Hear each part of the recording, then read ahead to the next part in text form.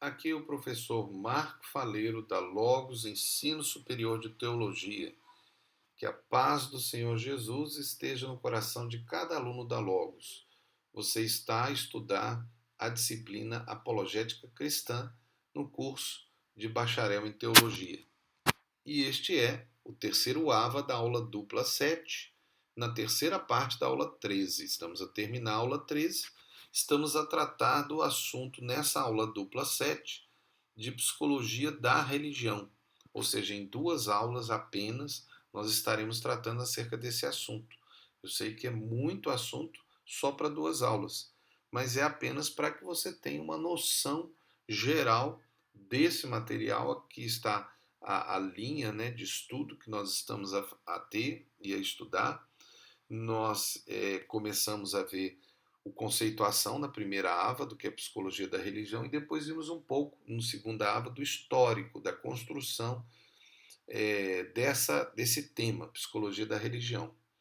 Agora, nós vamos entrar rapidamente, só vamos citar aqui a metodologia do estudo da psicologia da religião, e os principais métodos são o seguinte, preste atenção: os documentos pessoais, os questionários, múltipla escolha, tipo certo, errado, indutivo, frases incompletas, associativas, ou seja, vários tipos de questionário.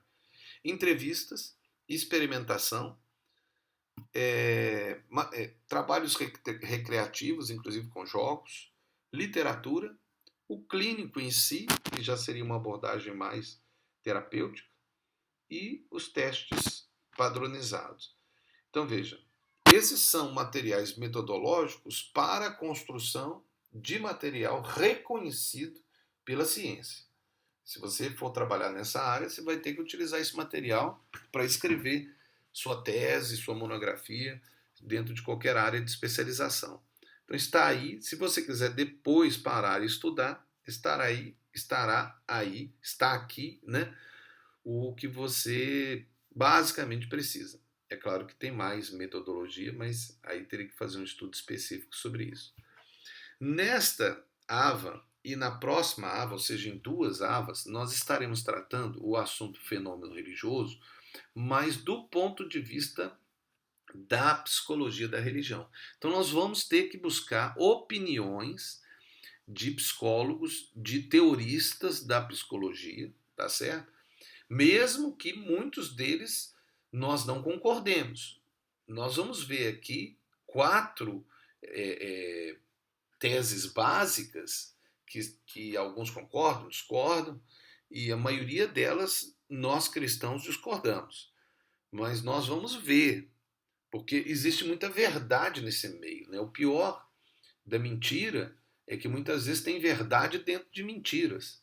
E às vezes a gente tem a tendência de recusar toda aquela mensagem porque tem uma mentira no meio, que distorce a verdade.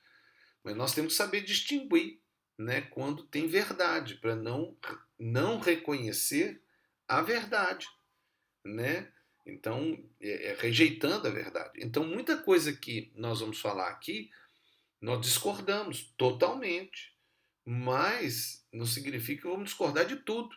Talvez uma parte esses teoristas tenham compreendido, e é isso que nós vamos considerar. O fenômeno religioso nos leva a pensar sobre o que é religião e onde originou a religião.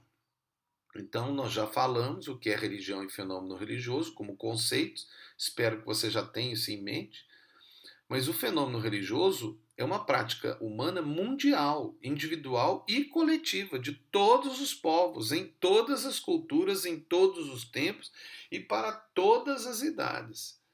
Mas existe uma interpretação psicológica do fenômeno religioso. E existem muitas teorias que foram formadas tentando explicar o fenômeno religioso. Nós vamos tratar das 4 mais representativas, que são elas: a teoria de Freud, a teoria de Jung, a teoria de Gord Alport e a teoria de Anton Bolzan, certo? Então esses 4, nós vamos falar quem são eles e vamos estudar, tá certo? 4 teorias. E é importante que você conheça elas. Elas podem até ser exigidas em prova por um professor, tá? Pelo menos saber o que elas são, né? Não significa que você concorde com elas. Mas vamos ver a primeira nesta, e depois na próxima aba nós vamos ver as outras três. Então a primeira que nós vamos tratar é a teoria de Freud, Sigmund Freud. Sigmund Freud, que nasceu em 1836 e viveu até 1939, ele era um judeu, nascido no Império Austríaco, hoje República Tcheca, e morou a maior parte da vida em Viena. Mas ele morreu refugiado em Londres, na Inglaterra, por causa do nazismo, né? Os alemães que matavam judeus. E ele era um judeu, e sua família toda era judia. Então ele teve que fugir da região do Império Austríaco, que foi dominado pelos alemães, para Londres, onde ele desenvolveu, inclusive, muito mais forte seu trabalho. Ele, inclusive, perdeu a sua família para o nazismo. Ele era um médico e era um neurologista. Ainda não existia a psicologia. A psicologia estava sendo construída. E aí ele fundou aquilo que é chamado de psicanálise. Nós não vamos entrar em detalhes do que é. Se você quiser, você pode estudar isso aí, tá? Mas Freud tem uma história muito forte com drogas. Ele foi um defensor e utilizador de cocaína como medicamentosa, inclusive ele usou, e até dizem que ele morreu de uma overdose de morfina, diante de dores que ele sentia. Ele pediu ao seu médico que o matasse, né? Que seria um suicídio, mas que eles chamam de eutanásia, né? Então, isso aconteceu com Freud. Freud negou sua fé religiosa, o judaísmo, mas criou seus 6 filhos sob a tradição e normas judaicas de sua família. Interessante, né? As cartas de Freud para Fichter, um pastor protestante, no final da vida de Freud, criou uma expectativa que ele teria se arrependido e cria em Deus.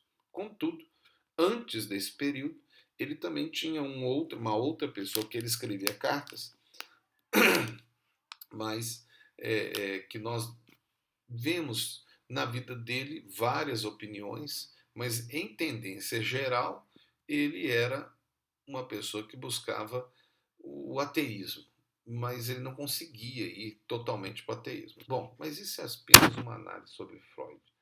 Freud propôs que a experiência religiosa era consequência de conflitos produzidos no ser humano diante do processo do seu desenvolvimento psicológico. Então aqui está a base do pensamento de Freud sobre o fenômeno religioso, né? É os conflitos. Nesse caso, à medida que crescia, que o ser humano então amadurecia, ele tinha um tipo de religião. Então existia a religião desde a religião da infância até a religião da velhice. Fundamentos do pensamento freudiano são: para Freud, Deus não existe. É apenas uma imagem aumentada do Pai. Então, para Freud, Deus é o Pai na cabeça humana, tá certo? Para Freud, o amadurecimento emocional do homem torna desnecessário a religião. Freud rejeita a religião como um processo positivo na sociedade ou no ser humano. Então, ele era contra a religião. O primeiro aspecto é compreender o que Freud pensa sobre a religião. Como ele não crê na existência de Deus, preste atenção, nós não concordamos com isso, é óbvio, certo? Mas nós temos que tentar entender a cabeça de Freud. Assim como você tem que entender a cabeça da pessoa que não crê em Deus. Ah, mas ele não crê em Deus, não quer nem saber. Não pode ser assim. Você tem que alcançá-lo. A Bíblia diz: ide pregar, e você tem que ter um discurso apologético que alcance aquele que é contra a sua opinião. Pense nisso. Mas veja, Freud, como ele não crê na existência de Deus, ele procura explicar a religião apenas como um fenômeno humano, do ponto de vista psicológico.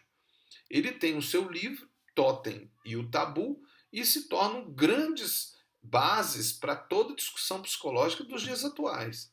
Freud usa desses dois aspectos antropológicos para explicar a religião. É a utilização de uma coisa, animal ou planta, como Deus. O totem pode também ser demonstrado em forma de símbolos, com desenhos ou palavras. O totem pode ser até os brasões. O totem traz uma identificação de um povo, uma família ou um grupo social.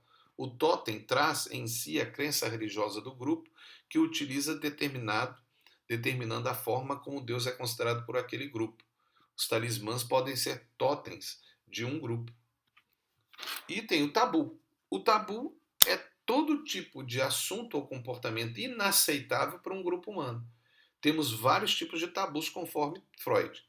Tabus de comportamento, relacionamentos humanos, de pensamentos, de usos e costumes e de linguagem. Isso aqui merecia um estudo específico, né? Para quem quer estudar esse assunto, é claro.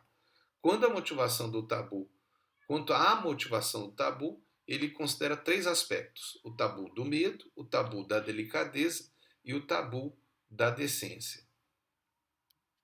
Então, esses são os três aspectos que nós vemos em Freud. O tabu de medo tem a ver com o pavor em que são tidos os seres sobrenaturais, que impuseram tabus sobre seus nomes, como é, por exemplo, para ele, o diabo, que também não existiria. As criaturas e as coisas vulgares dotadas de qualidades sobrenaturais podem tornar-se alvo de terror e tabus. Os nomes dos objetos inanimados podem também ser afetados por uma proibição de tabu. As superstições relacionadas com a mão esquerda, por exemplo, levaram à criação de eufemismos em várias línguas. Os tabus de delicadeza verificam-se na tendência humana geral em evitar a referência direta a assuntos desagradáveis, principalmente no que é doença ou morte, ou então sobre o nome dos defeitos físicos e mentais. Ainda outro tipo de palavras evitadas por razões de delicadeza e é aquele que se relaciona com o ato de roubar. E os tabus de decência são geralmente associados a sexo, certas partes e funções do corpo e a juramentos. Aqui encontramos muitos tabus chamados de palavrões ou palavras obscenas. Então aqui vem o pensamento dele, por isso que ele é contra tabus, né? E muitos hoje seguem a teoria freudiana e são contra tabus. Podemos fazer o que a gente quer, pode pensar do jeito, porque não tem moral, não tem Deus, não tem nada. Considerando então os dois termos antropológicos, Freud afirmou que a religião é a formação de totens nos grupos sociais que participa e os tabus que para ele originaram-se à base daquilo que para ele é o fenômeno religioso, que é o que ele chama de complexo de Édipo. O que é isso? Freud pegou emprestado uma história de Sófocles, um grego de 496 a 406 a.C., ou seja, da filosofia grega, que era uma peça em forma de tragédia, e essa tragédia mostra a preferência velada do filho pela mãe, acompanhada de uma aversão clara pelo pai. Na peça, que é uma mitologia grega, Édipo matou seu pai Laio e desposou a própria mãe Jocasta. Após descobrir que Jocasta era sua mãe, Édipo fura os seus próprios olhos e Jocasta comete suicídio. Eles não sabiam, né, que eram. Sófocles utilizou esse mito para suscitar uma reflexão sobre a questão da culpa e da responsabilidade perante as normas éticas e tabus estabelecidos na sua sociedade, sociedade grega. Aí Freud vai lá, busca essa discussão filosófica grega e diz que o complexo de Édipo verifica-se quando a criança atinge seu período sexual fálico, na segunda infância, e dá-se então conta da diferença de sexo. Ele percebe homem e mulher, tendendo a fixar a sua atenção libidinosa nas pessoas do sexo oposto, no ambiente familiar. Infelizmente, a teoria freudiana tem grande aceitação no meio científico e tem sido a mais apresentada para o público comum, que muitas vezes não sabe mais, começa a pensar de forma freudiana. Como Freud foi o pai da psicanálise, existe uma dificuldade de muitos cristãos com a psicanálise. Contudo, há uma defesa da psicanálise, considerando que o método de análise desenvolvido por Freud não implica em seguir o pensamento de Freud, ou mesmo as técnicas de hipnose que ele utilizou. Então está aí a tese de Freud. Ele considerava então que Deus era a imagem do Pai e que o fenômeno religioso nada mais era do que o desejo sexual do filho pela mãe ou da filha pelo pai, né? Então seria esse conflito interno, porque ele não poderia chegar a ter, porque eram os pais dele. Então, isso é o que Freud considera como fenômeno religioso. Nós concordamos? Não. Mas é o que ele diz. E ele levanta pontos interessantes a serem pensados, como a própria ideia do totem e do tabu. Deus abençoe você. Aqui é o professor Marco Faleiro, da Logos Ensino Superior de Teologia. Você está na disciplina Apologética Cristã, no curso de bacharel em Teologia. Deus te abençoe, em nome de Jesus. Amém.